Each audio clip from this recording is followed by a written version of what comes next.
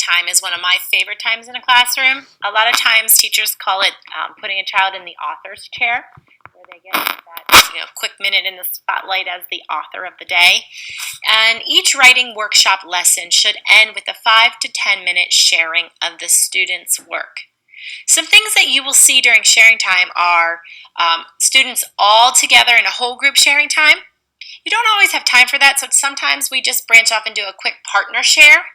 And sometimes we'll do small group sharing to differentiate some things that students need more of. So students that are working on similar goals might share in small groups.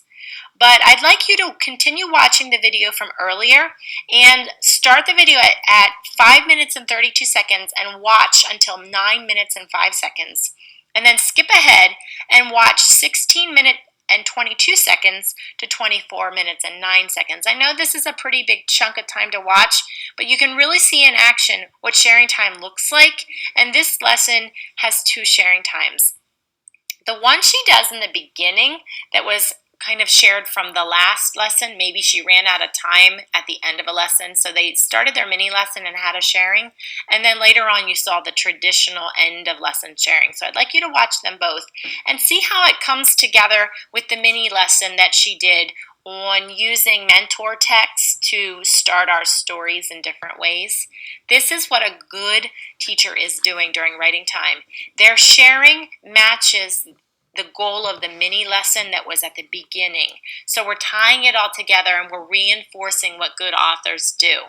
You'll see that in this video, so take the time to watch it, please.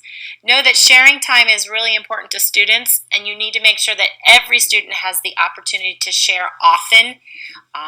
Once in a while you have a student that doesn't like sharing, but here's what I do during sharing time. Most of the times during sharing time, I will read the story instead of having the student read the story, because you can be more efficient, you can be more clear, and your voice can be more loud.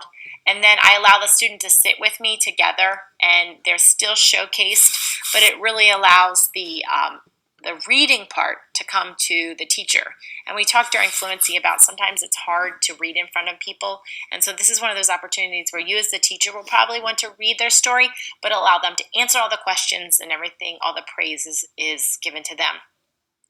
If you think back to the slide we just had on writing conferences, during writing conferences, we give a high five and a coming soon in their writing journals.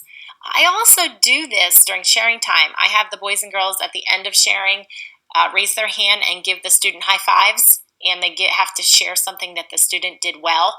It's a good confidence booster, and everyone loves it. It's a fun time. It's a nice way to compliment somebody and be very specific. And we also sometimes give them 1 or 2 coming soons. And it's done in a very friendly environment where we respect each other. And they use this as a way to grow as writers. And so they might say, I love the way that you had a character in your story that had a problem. Could you next time tell me more about the character's traits? I couldn't put a good picture in my head.